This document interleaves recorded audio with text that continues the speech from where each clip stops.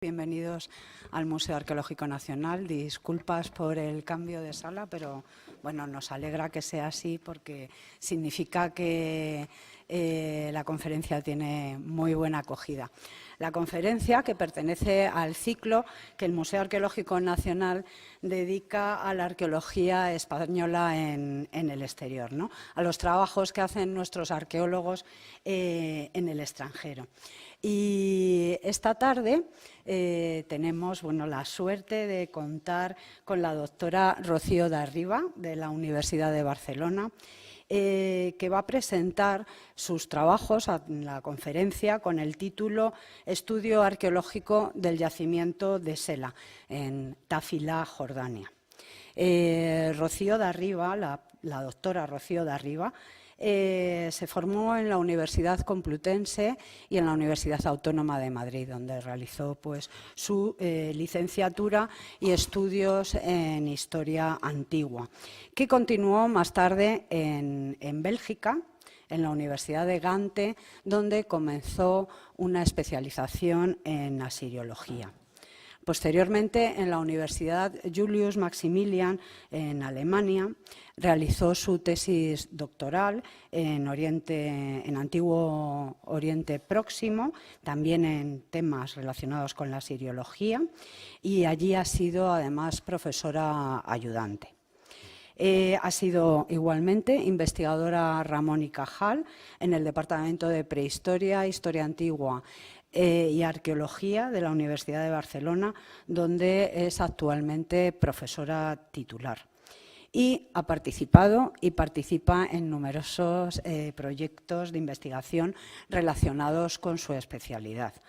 Uno de ellos, por ejemplo, es el taller internacional en el Instituto de Arqueología Sonia y Marco Nadler en la Universidad de Tel Aviv, que está en marcha actualmente, así como un proyecto sobre rituales religiosos en los templos de Babilonia a finales del primer milenio, estudio histórico y lingüístico, que es un I+D que le han concedido este año, y lleva a cabo su investigación en el British Museum, una maravillosa sala donde se conservan las tablillas cuneiformes y, como nos comentaba, también da clase allí en el Museo Británico. Ha hecho investigaciones y tiene proyectos sobre los análisis de laboratorio del material procedente de Sela, Jordania, del yacimiento que ha trabajado, y ha tenido el proyecto de dirección de las investigaciones en el yacimiento de Asila o Sela, en Tafila, Jordania, que es el yacimiento que nos va a presentar hoy. Este yacimiento, Asila, se ha identificado con la Sela edomita, que con tanta frecuencia se menciona en la Biblia. Pero yo ya no les voy a comentar nada más, sino que le voy a ceder la palabra a ella para que nos relate sus experiencias, sus investigaciones en este yacimiento. Bueno, muchas gracias. Es para mí un honor estar aquí y ver la sala que está tan llena. Me da mucha alegría que tanta gente tenga interés por las misiones arqueológicas que hacemos en el exterior, y que me haya presentado Carmen, naturalmente, es doblemente honor. Yo hoy quiero hablar del trabajo que hacemos en Jordania, en el yacimiento de Sela, y un poco describir, contar qué tipo de yacimiento es, por qué nos interesa Sela, qué trabajo estamos haciendo y qué intenciones o qué proyectos tenemos en el futuro en este lugar.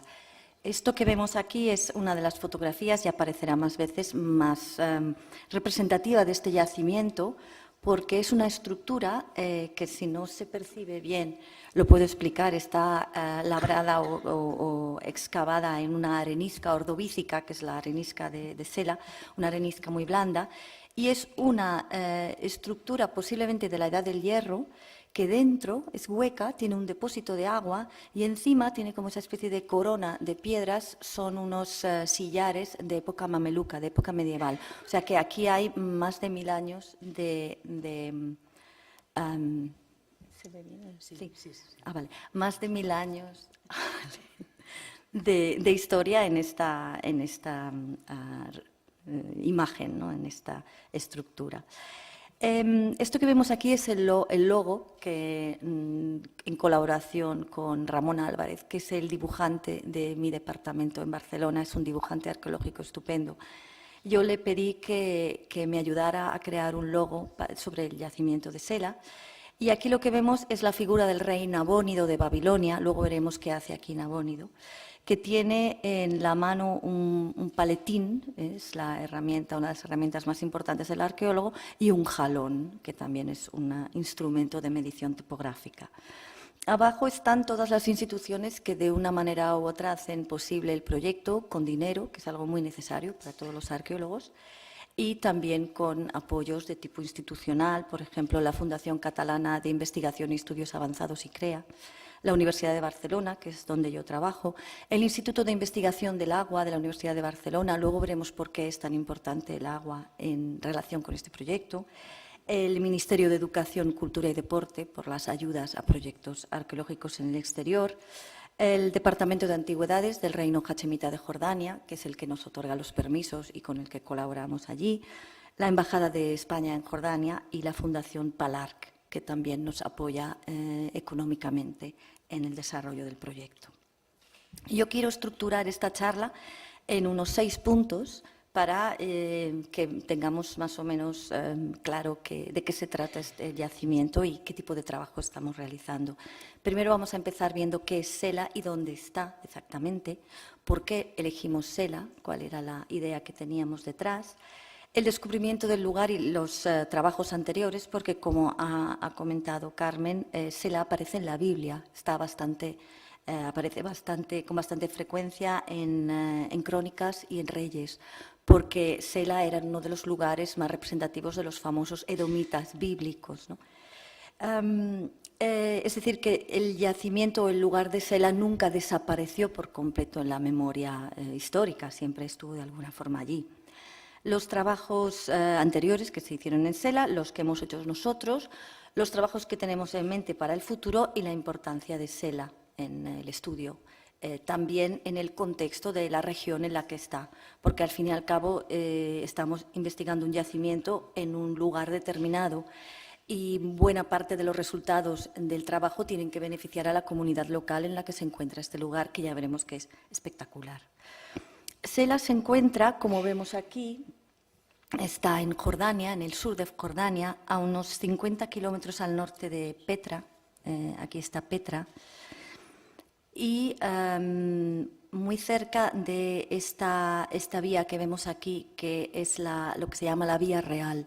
La Vía Real era una especie de un segmento una especie de vía de comunicación que aparece, digamos, activa desde por lo menos el Neolítico. Ya por la Vía Real en el Neolítico se intercambiaba la obsidiana, ¿no?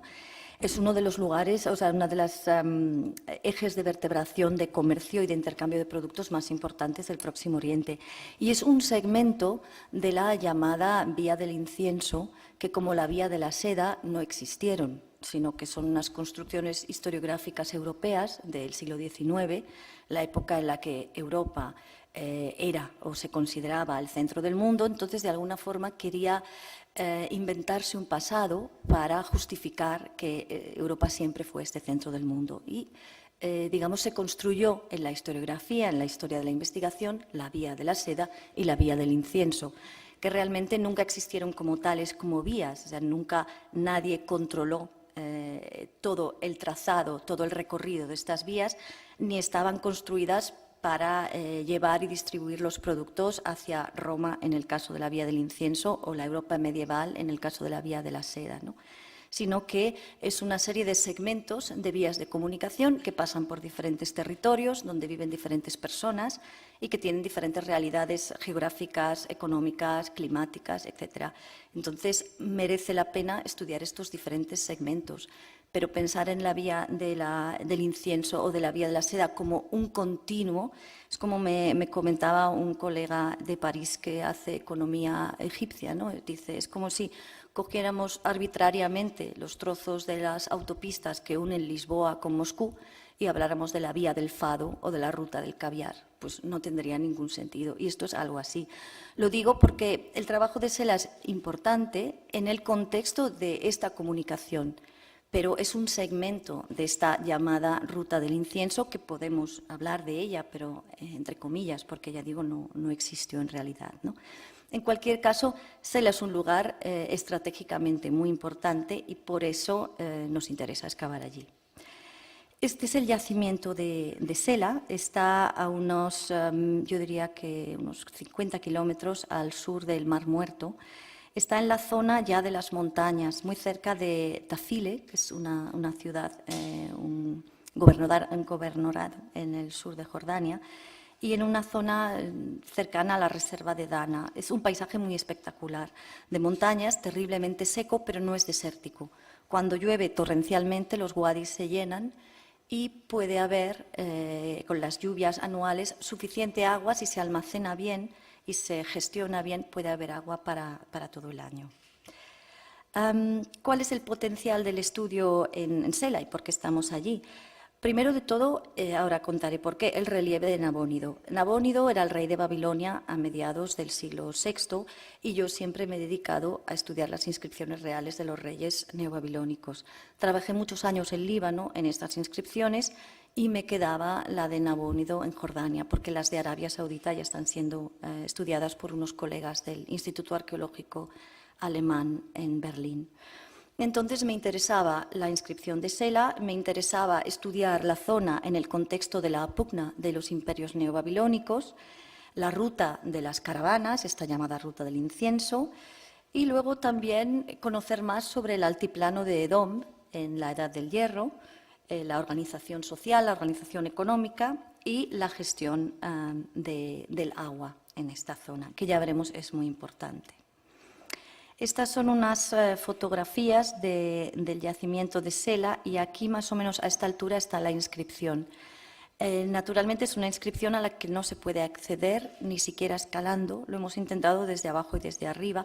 Tendríamos que llevar bastante equipo. La idea que yo tenía era utilizar un dron y hacer una fotogrametría de toda la fachada de la roca. Son unos 200 metros de altura. Lo que ocurre es que desde el año pasado está prohibido el vuelo de drones en Jordania por razones de seguridad. Y mientras no se levante la prohibición o no encontremos una alternativa, que seguro que la encontramos, este proyecto está un poco en el aire, pero yo estoy segura que algo, ya pensaremos en algo. Aquí estamos, no sé si se ven, sí, aquí están, esta es de la campaña del año pasado, dos de los topógrafos, y aquí se ve el paisaje de Sela con la inscripción. La inscripción, aunque parezca diminuta, mide casi 3 metros de altura y más de 5 de ancho. Pero es muy difícil, ya digo, acercarse. Todo lo que hemos podido bajar ha sido hasta aquí, desde arriba, y no pudimos pasar más de aquí, escalando sin cuerdas. Ya digo que a mí me interesaba Sela por contextualizarlo en el imperio neobabilónico y sobre todo en la materialidad de esta ocupación imperial, es decir, cómo se materializan inscripciones en piedras el control político y territorial del imperio neobabilónico. No voy a hablar de lo que era el imperio, es del famoso Nabucodonosor que aparece tanto en la Biblia. El imperio se extiende aproximadamente lo que está aquí, esta mancha azul. Esta sería la parte central, lo que sería la parte histórica de Babilonia, y estos son los territorios que de alguna manera u otra durante la duración del imperio, que no llega a un siglo, fueron más o menos controlados. Ya digo que hay una serie de inscripciones en rocas en Líbano, que estuve estudiando desde el 2005, hay unas en Arabia que hacen estos colegas y faltaba la de Jordania, que además es un poco el enlace. Hay que decir que las de Líbano son de Nabucodonosor de Babilonia, es decir, de principios del siglo VI, y la de Jordania y las de Arabia son de Nabónido, de mediados del siglo VI. Nabónido es el último rey del imperio neobabilónico. Estas son algunas de las inscripciones que hay en Líbano, lo digo para que comparemos un poco con las de Jordania.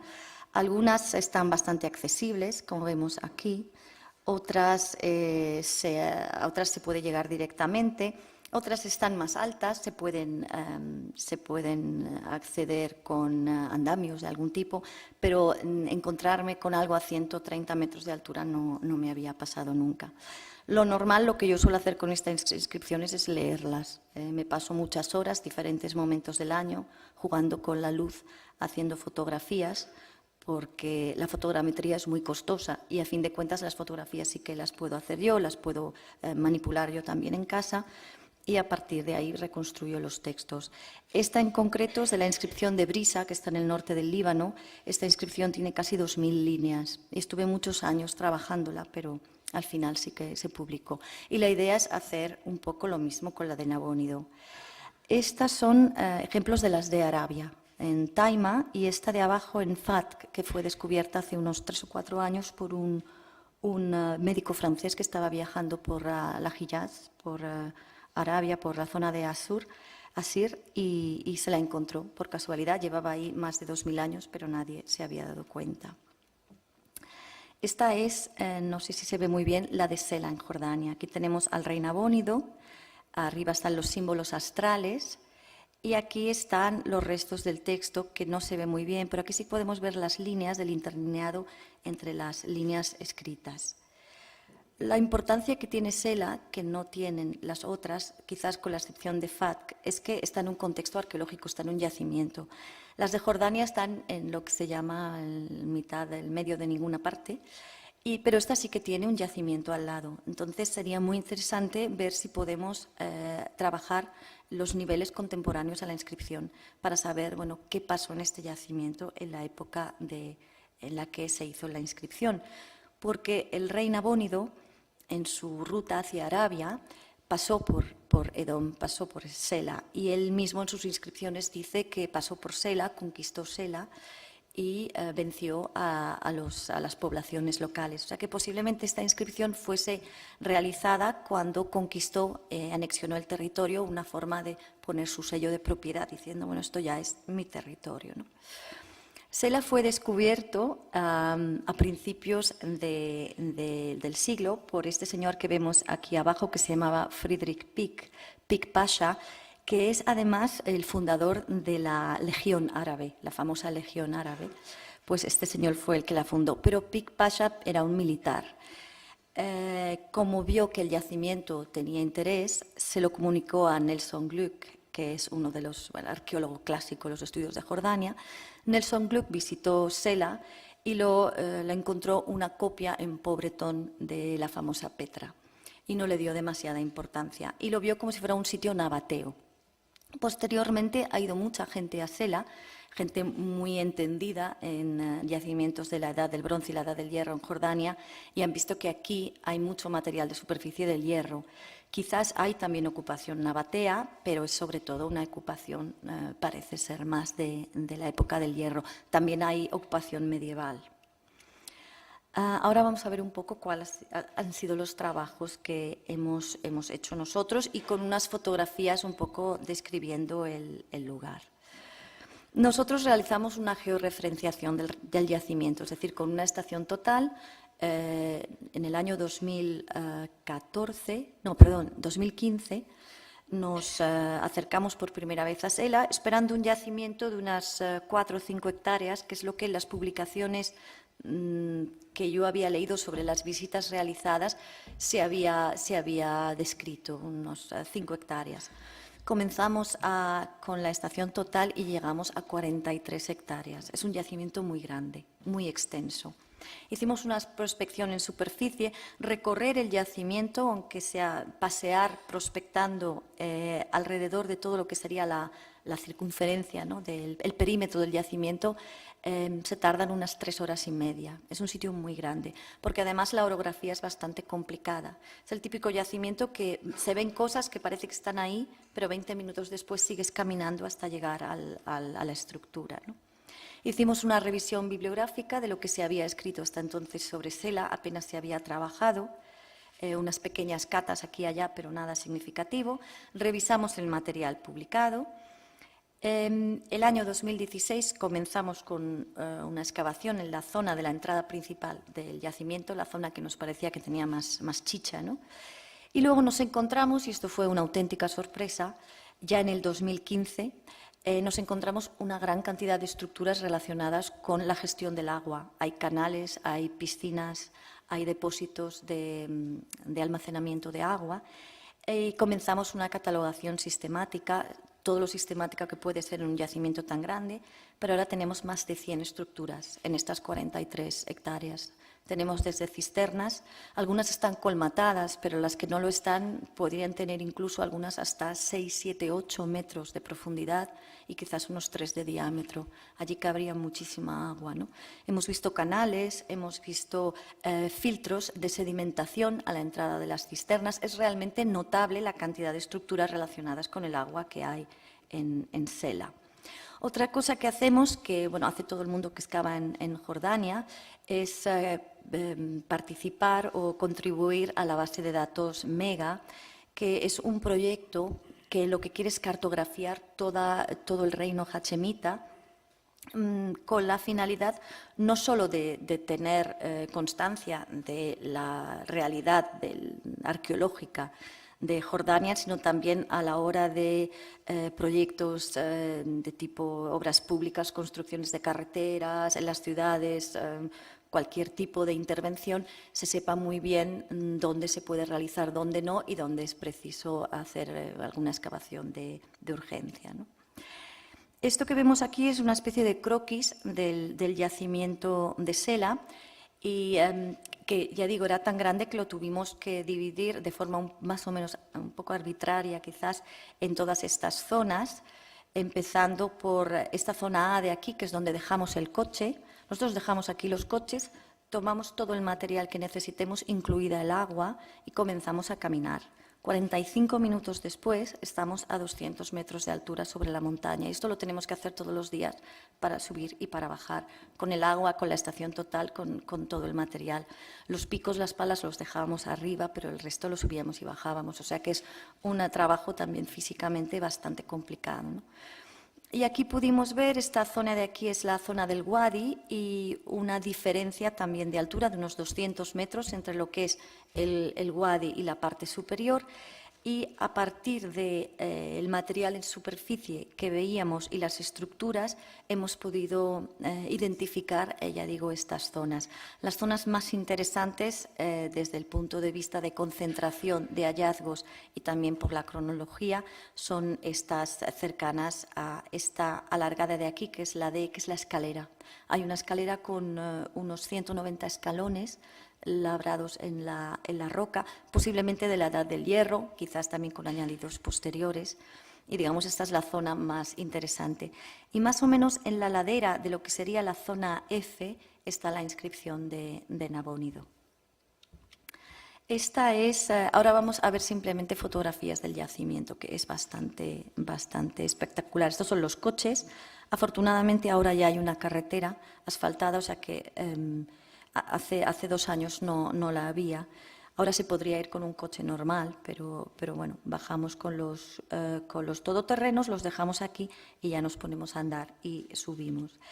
Esto, si alguien ha estado en la zona del Valle de la Dordoña, estas ciudades trogloditas se parecen mucho. Y hablando con unos arqueólogos de Vitoria, me dijeron que en la zona del norte de La Rioja hay cosas muy parecidas, ¿no? Aquí vemos lo que es, esto es como el resto de lo que ha quedado de las estructuras. Tenemos los escalones, tenemos las líneas de mechinales para las vigas, para los suelos, los techos, pero tenemos que imaginarnos, quien haya estado en Petra se acordará que los beduinos de Petra viven así, ¿no? Son medio en cuevas excavadas en la roca y luego pues les ponen madera, les ponen pieles, telas y allí están. Y es un poquito así como debía ser en Sela en la Edad del Hierro, en época nabatea y en épocas posteriores, ¿no? Es, digamos, lo que nos queda de eso. Hay que, claro, un arquitecto especializado en este tipo de arquitectura aquí ve mucho más de lo que podemos ver los demás, ¿no? Pero poco a poco el ojo se va acostumbrando y vas pensando todo lo que podía haber habido ahí, ¿no? Y aquí comenzamos a subir, ¿no?, al yacimiento. Hay que decir que esta zona con césped aquí abajo, aquí encontramos un suelo de más de 10 centímetros de grosor. Pensamos que es una gran piscina también para almacenamiento del agua, porque esto es el lecho del Wadi. Aquí vemos las escaleras. En los años 90 se realizó la única intervención de musealización que se ha hecho en Sela, y es que se puso unos pegotes de hormigón aquí y allá para que la gente pudiera subir, pero realmente no cualquier persona puede subir a Sela. De hecho, los burros tampoco pueden subir bien. Las cabras suben muy bien, el pastor también. Nosotros, dependiendo del peso, pero muy fácil de visitar no es. Y una idea nuestra sería, si con el tiempo seguimos trabajando allí y el trabajo va bien, hacer un acceso lo suficientemente cómodo para que cualquiera pueda subir a Sela, cualquiera que aguante 200 metros de ascenso en la montaña, ¿no? Esta es la entrada. Aquí tenemos esta estructura. También hemos de pensar que falta más de la mitad de lo que hubiera sido la construcción, pero parece una especie de torreón defensivo. Esta sería la puerta. Es una puerta de tenaza. Lo que pasa es que en esta fotografía no se ve muy bien, de acceso a la ciudad. Nelson Gluck, que fue el primer arqueólogo de prestigio que visitó Sela, ya digo que la consideró una copia pobretona de Petra, la empezó a dar nombres emulando Petra. Entonces, esta especie de pasillo desfiladero que vemos aquí lo llamó el Siq, como el de Petra, pero esto no tiene nada que ver con el Siq de Petra, pero también hay un canal en el que había agua. Este es el Siq de Nelson Gluck, y aquí es esta torre con depósito. Nosotros no sabíamos que era un depósito hasta que nos subimos arriba con la estación total, y para nuestra sorpresa, a ver si se ve, sí, nos subimos aquí. Para nuestra sorpresa, no sé si se ve aquí abajo, casi se nos cae la estación en el agujero. Hubiera sido una caída de unos 7 metros. Hubiera sido terrible que cayera la estación, pero peor hubiera sido habernos quedado sin topógrafo, ¿no? No sabíamos que era hueco este torre. Esta soy yo. Se puede ver un poco la altura de la estructura, y es que está toda hueca.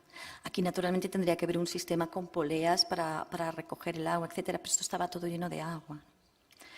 Aquí tenemos, esta es una de las imágenes que a mí más me gusta, es una casa.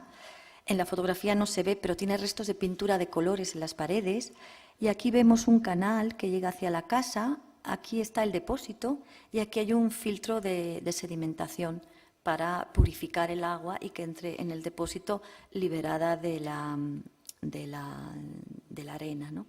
El antropólogo que el otro día estuvo mirando los dientes de la necrópolis, que luego veremos, me dijo que tenían muchísimo desgaste posiblemente de sílice, o sea, posiblemente relacionado con arena, arenisca quizás en la dieta o en los cereales o lo que fuera que consumía la gente. Es decir, hay mucha arena, y la necesidad de filtrarla parece clara en este sistema. También encontramos una zona de tumbas. Esta estaba abierta, pero es absolutamente espectacular porque es una tumba que está en un acantilado. No sabemos de qué época podía ser, no parece de la Edad del Hierro, sino posterior, pero posterior puede ser cualquier cosa. Encontramos mucha cerámica de superficie. La cerámica de la excavación del año pasado actualmente se está analizando. Estamos haciendo un análisis arqueométrico de la cerámica de la Edad del Hierro en Edom. Es el primero que se realiza, entonces no tenemos material para comparar. Sí que hay análisis de otras cerámicas en el Negev y en el norte de Arabia, pero en esta zona no. O sea que esperamos que al menos sea una contribución interesante para un aspecto que hasta ahora no se conocía. Esto es un material de eso. Aquí hay un poco mezcla de todo. Tenemos estos fragmentos de unos recipientes muy grandes, posiblemente para el transporte de algún líquido. Estos, ya digo, solo son en superficie. Bronce también, y esta cerámica pintada, que parece ser la típica cerámica edomita. Lo que ocurre es que, como me han comentado muchos colegas que trabajan en otros yacimientos en la zona, este tipo de cerámica en un yacimiento tan rústico como Sela no se esperaría, sino más bien en yacimientos con más envergadura, ¿no? Aquí nos vamos a llevar muchas sorpresas con el material de lo que estamos encontrando en Sela. Tenemos también muchos fragmentos de basalto. Hay unos afloramientos basálticos cerca de Sela, pero lo que no hay cerca, al menos no lo hemos detectado, es el sílex. No sabemos de dónde se traían el sílex, pero hay muchísimo en todo el yacimiento. También hay unas estructuras, aquí vemos esta, este es uno de los topógrafos, está muy ennegrecida porque el pastor que vive, bueno, que tiene sus cabras en esta zona, utiliza las estructuras de refugio, entonces aquí era uno de los lugares en los que se refugian durante las noches, ¿no? con sus cabras, por eso está toda la pared ennegrecida. Claro, aquí estábamos trabajando en una zona que teóricamente está protegida, pertenece al patrimonio nacional jordano, pero tú no puedes impedir, no puedes poner vallas en el campo y no puedes impedir que la gente haga uso de las estructuras de la forma que las necesita, ¿no? Aspecto muy interesante del yacimiento que ya he comentado es el relacionado con la gestión hídrica. Yo soy miembro del Instituto de Investigación del Agua de la Universidad de Barcelona y uno de los proyectos que tenemos ahora, en concreto mi doctoranda, está para su tesis doctoral realizando un estudio de todas estas estructuras, porque ya digo que son espectaculares. La zona de Sela, Sela está más o menos aquí. Es una zona bastante, bueno, sería más o menos, sí, perdón, aquí. Es una zona muy árida, pero tiene la particularidad que es alta. Sela está a unos 800 metros sobre el nivel del mar. Las montañas de la reserva de Dana llegan a los 1300. Nosotros hemos tenido nieve, no en el yacimiento, pero sí en las zonas cercanas en marzo del año pasado, ¿no? Es una zona en la que estacionalmente puede haber fuertes precipitaciones, quiero decir, se pueden llenar estos depósitos, pero si no tenemos depósitos, solo llueve quizás una semana al año, ¿no? Aquí vemos un diagrama polínico. Esto solo lo he puesto aquí para que veamos estos picos y estas oscilaciones en la vegetación que vemos en la Edad del Hierro, que son interesantes. No solo es una oscilación de origen antrópico, sino posiblemente también climático. De hecho, aquí vemos en este esquema cómo a finales de la Edad del Bronce, en esta zona tenemos una época de sequedad extrema, a la que sigue una época húmeda y después ya en el momento en el que estamos es una época moderada. Sin embargo, sí que se ve un aumento extraordinario de los asentamientos y de la demografía en la Edad del Hierro en esta zona, en Edom, lo que yo creo que puede no tener un origen en la mejora climática, porque obviamente no lo hay, sino en el desarrollo económico, posiblemente el desarrollo del comercio. Esto, bueno, forma parte de lo que es nuestro estudio del sistema hídrico de Sela y de comparaciones que hacemos con otros yacimientos. Humalvillara es Petra y Bahía, por ejemplo, donde están trabajando un equipo de la Universidad de Miami con el que intercambiamos bastante información, porque al fin y al cabo los yacimientos son muy parecidos. Estas son algunas de las fotografías de las estructuras que tenemos. Tenemos una especie como de piscinas, cisternas, unos canales y estos filtros de sedimentación. Bueno, aquí hemos hecho esta base de datos con la localización de las estructuras y la descripción qué tipo de elemento, el área, el barrio, digamos, de Sela en el que se sitúa.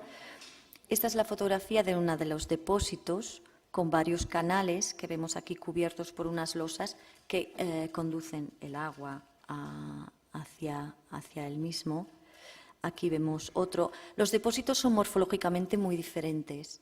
Algunos están repiqueteados y tenían un revestimiento. Tomamos muestras de los revestimientos y hemos hecho unas láminas finas y actualmente estamos esperando los resultados de los análisis del CNA, porque las queremos ver a ver si podemos datar el uso de estos depósitos. Posiblemente haya depósitos de Edad del Hierro y otros de época nabatea, quizás reutilizados, reciclados. Los nabateos, al parecer, inventaron un revestimiento especial que mejoraba la calidad del agua. Ya digo, morfológicamente son muy diferentes. Hay algunos que tienen como una especie de forma de botella o forma de pera, que parece que son los edomitas, los de la Edad del Hierro, pero es muy difícil de estudiar porque muchos están colmatados y excavar un depósito es una locura, no se va a poder hacer, por lo menos por ahora. Bueno, si nos financiara un multimillonario y nos diera mucho dinero, quizás sí, pero no creo que sea el caso. Aquí vemos otros depósitos. Vemos que hay grafitis árabes modernos. Es un yacimiento que lleva tantos miles de años, está allí y la gente sube. Muchas veces estamos trabajando, hay excursionistas, hay familias merendando, es decir, es un sitio bastante, parece que está en medio de ninguna parte, pero luego te encuentras gente caminando por ahí, es bastante entretenido, ¿no?, trabajar en Sela. Aquí vemos uno de estos canales. Normalmente estas estructuras, tanto los depósitos como los canales, están excavados en la arenisca y aprovechan la misma orografía, los mismos juegos que da la arenisca para excavarse, para labrarse, ¿no? Aquí vemos otro recorrido del canal. Este año que pudimos ir en marzo, fuimos después de un febrero terriblemente lluvioso y esto fue muy bueno porque todos estos canales, la lluvia los había activado y pudimos seguir y detectar recorridos de canales que en el año pasado no pudimos ver, ¿no? Una idea que a mí me vino a la cabeza la primera vez que subí a Sela, pero que tendríamos que esperar para ver los resultados de los análisis, es que fuera una fortaleza para la defensa del agua en una zona muy árida por la que pasa una vía de comunicación. Pues esto allí es más caro que el oro, ¿no? El agua en un sitio donde no la hay y la capacidad que tiene alguien de almacenar tanta durante tanto tiempo, pues debía hacer de Sela un lugar muy interesante, ¿no?, desde el punto de vista geoestratégico. Ahora voy a comentar un poco por encima qué es lo que hemos hecho el año pasado en esta campaña. Para empezar, corregimos algunos errores de del primer levantamiento topográfico. Ya digo, en el 2015 fuimos pensando que íbamos a tener un yacimiento de 5 hectáreas y resultó que eran 43. Entonces, evidentemente, no pudimos hacer todo lo que quisimos. Este año lo hemos corregido, lo hemos mejorado. Excavamos en 2 zonas en la entrada, una en la que encontramos una serie de tumbas. Los restos están ahora también siendo analizados. No tenemos ni idea de qué época son estas tumbas porque no tenían nada de ajuar. Entonces, hasta que el laboratorio no nos diga de la cronología de los restos orgánicos, no podemos decir.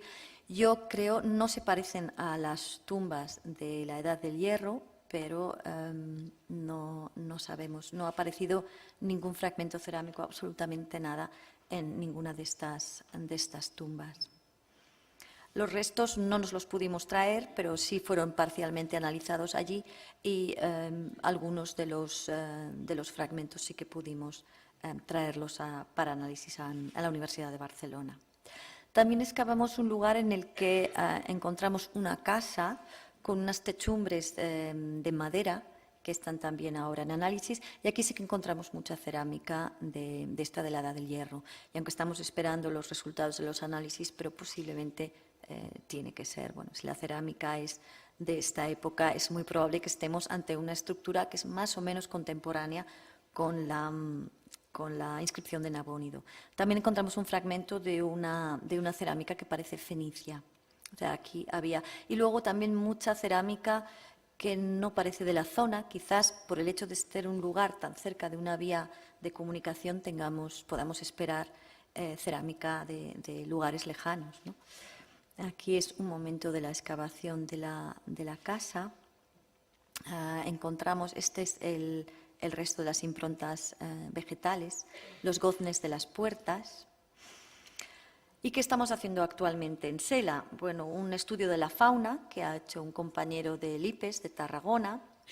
Los análisis de ese carbono 14 los hemos mandado al CNA en Sevilla. Las cisternas y las estructuras de agua, Roser Marsal, del Instituto de Investigación del Agua de la Universidad de Barcelona, para su tesis doctoral. Las maderas Etelalue, también del IPES de Tarragona. El estudio de la dentición de los restos. La arqueometría, ya digo que será la primera vez que se realiza un análisis arqueométrico de la cerámica del hierro en EDOM. ¿Y para qué estudiar SELA? ¿Qué interés tiene? ¿Qué trabajos futuros podemos hacer? Hay una serie de trabajos a corto plazo, a medio plazo y a largo plazo, ¿no? Tenemos una serie de instituciones que nos respaldan y si podemos continuar con el trabajo, pues aquí hay varias líneas de investigación que serían interesantes. Los trabajos que hemos hecho han demostrado que estamos ante un yacimiento con un enorme potencial arqueológico y con un patrimonio geomorfológico imponente. Y tiene un gran valor científico, pero también tiene un gran valor geológico.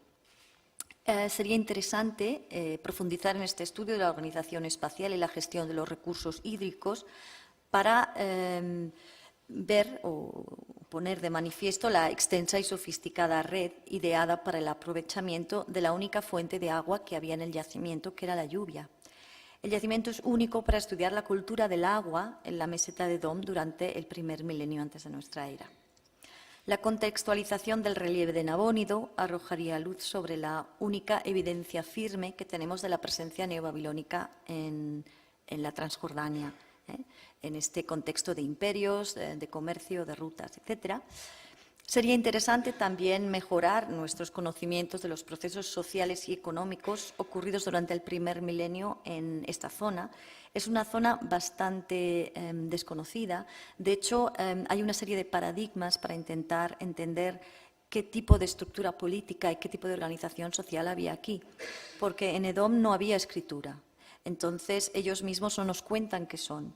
Los imperios mesopotámicos, que son sedentarios, estatales, nos hablan del reino de Edom, pero hasta ahora no ha aparecido ninguna evidencia que estemos ante un Estado, que estemos ante un reino. Más bien parece que son una estructura más bien de tipo tribal.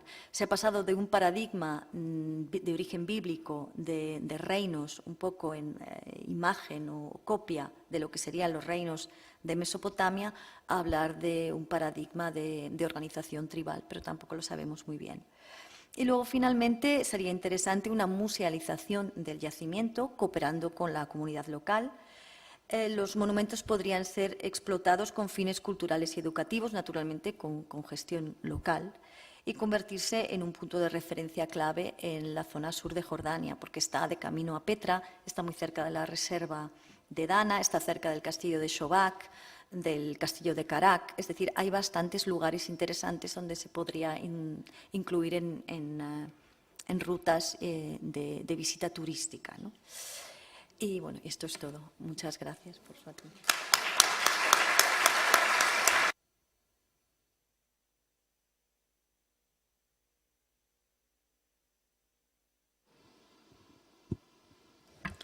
Muchas gracias por tu magnífica presentación. El proyecto resulta muy interesante, ¿no? Cómo cambian en dos campañas, ¿no? Una campaña, un par de campañas, la visión que se tenía de un yacimiento en cuanto a extensión, en cuanto a su función, ¿no? Y como descubrimiento de las posibilidades relacionadas con el aprovechamiento del agua, ¿no?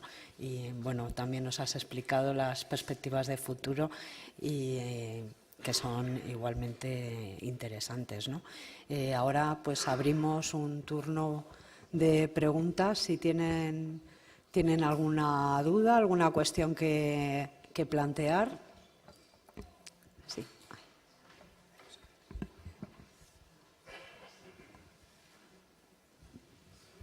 Gracias. Víctor Fernández. Sí, ya lo he visto. Y Marisa.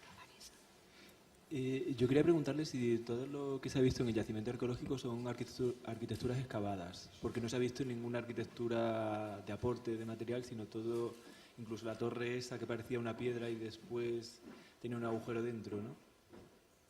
¿El qué? Es que no sé. Es que que si está excavado. Si es todo arquitectura excavada o todo lo que queda. Bueno, no, hay también unas zonas en las que hay sillares, se ve también negativos de muros, o sea que había también, esa es la parte que se ha conservado, pero habría también zona con adobes, ladrillos no hemos encontrado, pero sí restos de piedras, restos posiblemente vegetales.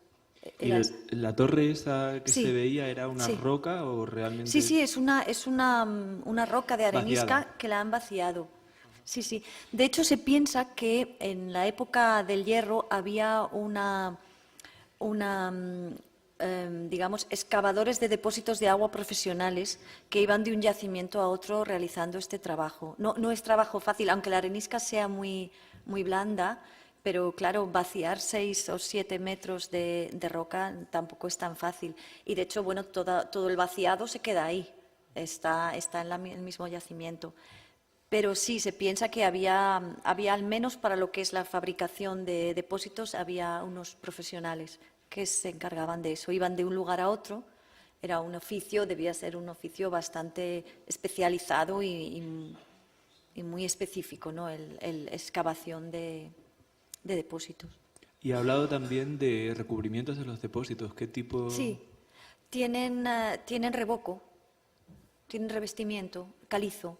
Hay un afloramiento calizo en el yacimiento, se me ha olvidado decirlo, pero en una zona, a ver, vamos a ver, o sea, todo el yacimiento es arenisca. Además, esta arenisca ordovícica muy blanda, pero luego hay, a ver cuándo, a ver si encuentro la...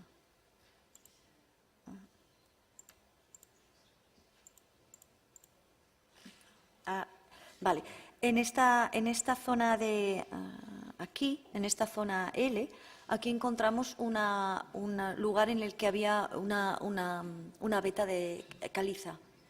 Y es la que se utilizaba para el revestimiento de los depósitos y también para construir para las casas. Y aquí también es la zona que encontramos bastantes restos de escorias. Posiblemente era la zona de la metalurgia, porque además estaba en un lugar bastante alto en el que el viento soplaba hacia el fondo del valle, es decir, no se quedaba todo, no iba todo hacia lo que es la parte ocupada del yacimiento.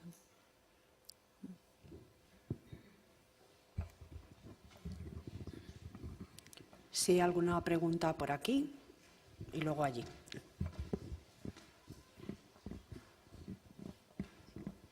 La inscripción que no habéis conseguido fotografiar o llegar a ella, ¿cómo suponéis que la hicieron?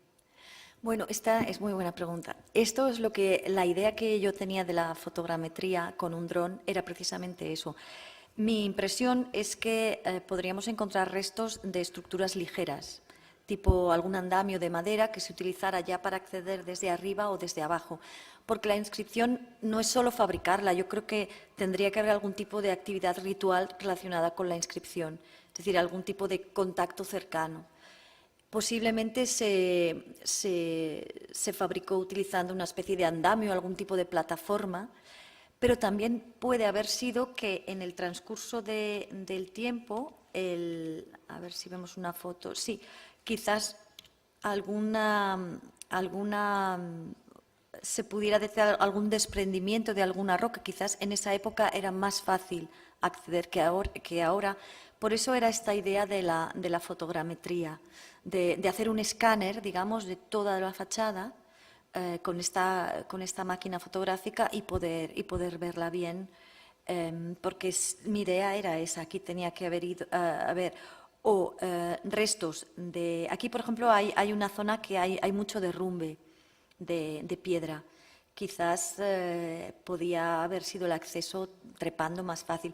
De todas formas, estas inscripciones, los signos suelen tener unos 5 centímetros de altura y para realizarlos bien hay que ponerse al menos a una distancia de 1 metro. No se puede, el lapicida no puede estar muy cerca de la roca. O sea que tiene que haber sido algún tipo de estructura que le permitiera bastante movimiento en lo que es la roca. Pero hasta que no podamos hacer esto, yo creo que con una fotografía, incluso con teleobjetivos, no, la idea al menos que yo tengo no creo que se pudiera hacer. Pero... no era la misma pregunta. Vale. Sí, ahora por ahí. Hola, buenas tardes. Yo tengo dos preguntas. Las inscripciones esas que estaba comentando, ¿qué sentido tenían? Y luego, en la zona de tumbas, los cuerpos me imagino que no estaban al aire libre, estarían protegidos. ¿No había restos de tejidos? No. O sea, en teoría, entonces, ¿qué podemos decir? ¿Que los enterraban desnudos? No, a ver, esto es, la arenisca es tan ácida que lo destruye todo. De hecho, los huesos, si no se conservan bien, enseguida se envuelven y se ponen en frío, se pulverizan, desaparecen. Entonces es el problema de este yacimiento, que el suelo es terriblemente ácido. Los cuerpos posiblemente sí tendrían algo, tendrían un sudario, no sabemos, no estaban desnudos, pero lo único que hay es las losas que cubrían la tumba y luego toda la tumba era la misma arenisca que ya podía haber, que posiblemente era el resultado de la misma erosión, degradación de la arenisca. Eso por lo que respecta a las tumbas. El problema también es que, ya digo, aquí es muy difícil la conservación también de material arqueológico delicado, porque no estamos en Amman, estamos en un sitio bastante inhóspito en la montaña, ¿no? Y estos huesos los tuvimos que envolver en papel albal y ponerlos en una nevera. Y allí siguen, no los pudimos traer naturalmente para análisis, pero no sé cómo podremos. En lo que respecta a las inscripciones, las de Líbano en concreto, lo que tienen son las inscripciones, en mi opinión, son una prueba material de la ideología imperial. Es decir, la expansión imperial implica la construcción de vías de comunicación, el establecimiento de virreyes, gobernadores, etcétera, la imposición fiscal, el ejército, la conquista, el pillaje, etcétera, y también el dejar evidencias textuales de lo que es el dominio, ¿no? En el contexto, en Babilonia no hay piedra y las inscripciones neobabilónicas suelen estar hechas en objetos de barro que se colocan en los templos y en palacios, en otros lugares. Entonces, estas inscripciones aquí lo que tenían era una especie de marca de propiedad, ¿no? Aquí había llegado el rey de Babilonia y aquí había dejado su inscripción. Al menos es mi opinión de las de Líbano, que conozco bien, porque son las que pude leer y estudiar. Los textos no son demasiado explícitos sobre, no tienen mucha información metatextual, digamos, sobre el contenido de los mismos, pero en una de las de Líbano, en esta de... a ver, esta, es que no sé por qué lo estoy pasando tan mal. En esta de aquí, por ejemplo, esta inscripción está situada en el norte de Líbano, en el norte del Valle de la Bekaa, en una zona que va entre lo que es el desierto o la estepa siria, en los montes del Líbano y el Mediterráneo. Y es la zona que da acceso a los bosques de cedros. Los reyes querían cedros para las construcciones monumentales en Babilonia. Los cortaban, los llevaban hasta el río y ahí los hacían bajar como si fueran juncos, ellos mismos lo decían, como si fueran juncos, los bajaban, hacían bajar río abajo hasta Babilonia. Era la forma de transportar esta madera enorme. Pues en esta inscripción, entre otras muchas cosas, porque es bastante larga, cuenta que abrió unos caminos en las montañas para el transporte de cedros. Y también dice, bueno, naturalmente, que él había liberado a la población local de la opresión del enemigo, bueno, el típico discurso del conquistador imperialista, ¿no? Que quiere justificar que ahora él está haciendo lo mismo, ¿no? En este caso, esta era de Nabucodonosor y él la tenía fijada con los egipcios. Entonces era un poco, pues yo he venido aquí a liberar a los habitantes de las montañas del Líbano del yugo del enemigo. Era un poco yo creo que era esto, la finalidad de los monumentos. No es una invención neobabilónica, monumentos de este tipo hay desde el tercer milenio. Hay de época acadia, neosumeria, época paleobabilónica, etcétera, siempre en los márgenes de lo que es Mesopotamia, porque Mesopotamia no tiene montañas, ahí no se puede hacer esto. Entonces, siempre que estos reinos, imperios mesopotámicos salen, digamos, de su mundo conocido, van a esta periferia montañosa, un poco inhóspita, pues se dedican a dejar estos monumentos en lugares que son estratégicamente importantes. Pero salvo en el caso de Sela y en el caso de los lugares en Arabia, estos monumentos en Líbano no están cerca de ningún yacimiento, de ninguna ciudad conocida. Están un poco, pues esto, en medio de ninguna parte. Hay uno de ellos que sí, este de aquí está al norte de Beirut, en una zona en la que hay muchos monumentos de otras épocas. Hay monumentos de Ramsés II, hay monumentos romanos, griegos, medievales, hay incluso un monumento de conmemoración de la retirada del ejército israelí de Líbano en el año 2000. Es decir, hay un poco toda la historia del Líbano está reflejada aquí, pero el resto están realmente en mitad de las montañas, en zonas de pasos en las montañas.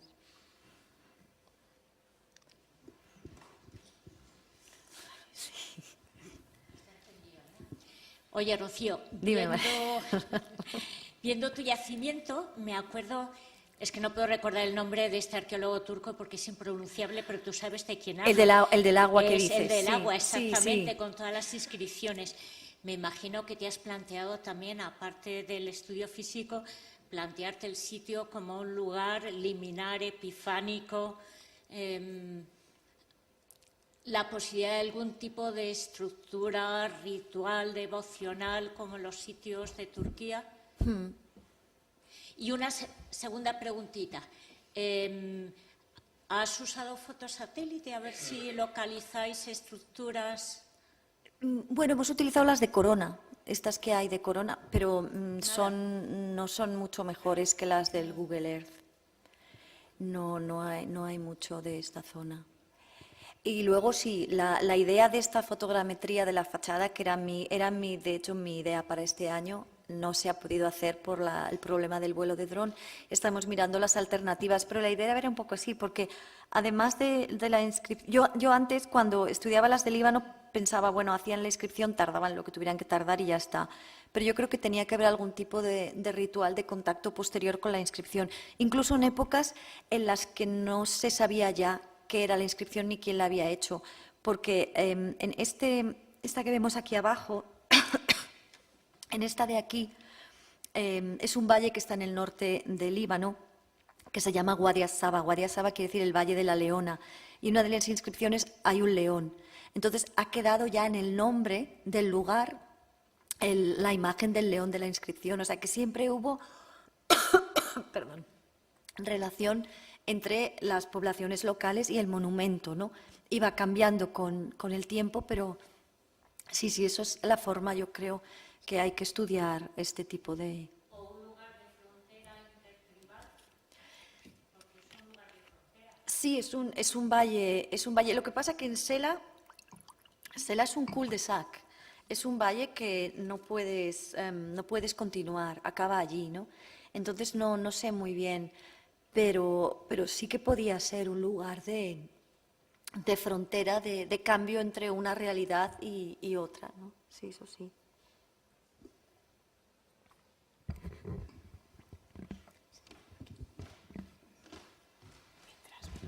Sí, porque es que menos mal que me ha aguantado. No estoy segura si me iba a aguantar la voz. Buenas tardes. Bueno, a mí se me plantean tantas dudas que casi lo podría resumir en una que va a ser la final. Grado de ocupación del yacimiento, importancia relacionado con Buseira, que era muchísimo más importante y está muy cerca, cambio de la calidad de la tierra para cultivar abajo, donde empiezan las escaleras de Sela, que es cereal, es lo que mejor se da allí, a cuando se baja desde el Beit del Aviat, cuando se baja desde el pueblo, que parece que es mucho más feraz, es todo mucho más verde. Entonces, mi pregunta, que resume todas estas, es que no he visto cerámica nabatea, por ejemplo, aparente de la de lujo, entre lo que se ha visto. No hay. Entonces, mi pregunta, que resume, es ¿para cuándo vuestro artículo en el ADAG o en el SAG, que podamos leer todo lo que habéis sacado de verdad? Esto, los editores del ADAG, porque yo lo entré hace 1 año y medio, ¿eh? O sea, yo ahí sí que no. Pues gracias. Muchas gracias. A ver, no, la campaña del 2015, el artículo yo lo entregué en noviembre del 2015 y la campaña del año pasado, hasta que no tengamos los resultados de los análisis, no. Cuando no se estropea la máquina del no sé qué, se estropea el no sé cuánto. No, O sea, esto va este así. verano en concreto estaban sacando el de 2013. Ya lo sé.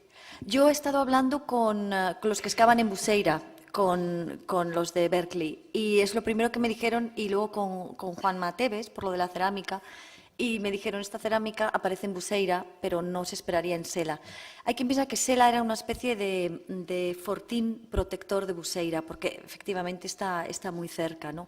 Que podía tener algún tipo de función de lugar refugio en momentos de crisis o de invasión, etcétera. Buceira no es tan fácilmente, bueno, Buceira está muy abierta, ¿no? Yo no creo que en Sela cultivaran, francamente, porque en la zona del Wadi, salvo este cachito verde que hemos visto, el resto son todo piedras. Nosotros intentamos caminar alrededor del yacimiento para ver las capacidades que había de comunicación en el Wadi de abajo, y después de 5 horas desistimos y volvimos a subir. Ahí cultivo, desde luego, como en Buceira no había. No, yo me refería un poco al aprovechamiento de cualquier espacio terreno para cultivar, como en Petra. En Petra, dentro de Petra se llegó a cultivar. Sí, pero Petra tiene mucha más agua. Ya, pero por eso digo grado de sí. ocupación, para ponerlo en relación. No se sabe muy bien, pero este lugar sí que, primero, arriba no hay ninguna fuente ni manantial. Lo sé, O sea, he oído 3 veces. todo el agua es de, pues imagínate con 20 y pico litros de agua. Toda el agua es agua de depósito, y según la densidad demográfica que hubiera, el agua se podía haber utilizado para subsistencia o para... Yo no creo que hubiera cultivo, francamente. De hecho, el antropólogo dentista que ha estado viendo los dientes le ha llamado la atención que ahí no había ni una sola caries, y posiblemente era una alimentación fundamentalmente cárnica. Ahí no había hidratos de carbono, no había cereales. Al menos es que no tienen de todos los dientes, eran 128 piezas dentales, no había ni una sola caries, lo que es extraño. Ahora, había 2 niños, ¿no? Pero a ver, que nadie tuviera ni un solo agujero. Entonces pensamos que sí, eran más bien una dieta característica de sociedades pastoriles, ¿no? Más producto animal. Y el adag, ellos, desde que no lo hace Samia, va mucho más retrasado. Samia lo hacía muy bien, pero ahora lo hace, no sé cómo se llama, y ahora la cosa no va como antes. Pero gracias. Muy bien, ¿alguna pregunta más? ¿No? Bueno, pues no nos queda más que volver a agradecer a Rocío de Arriba su estupenda conferencia, y esperamos que continúen los proyectos allí, que puedas llegar a la inscripción, y esperamos que en un futuro pues nos vuelvas a contar los avances que ha tenido tu proyecto en Sela. Nada más, a todos agradecerles su asistencia. Les esperamos el martes próximo. Seguiremos con los arqueólogos españoles por el mundo.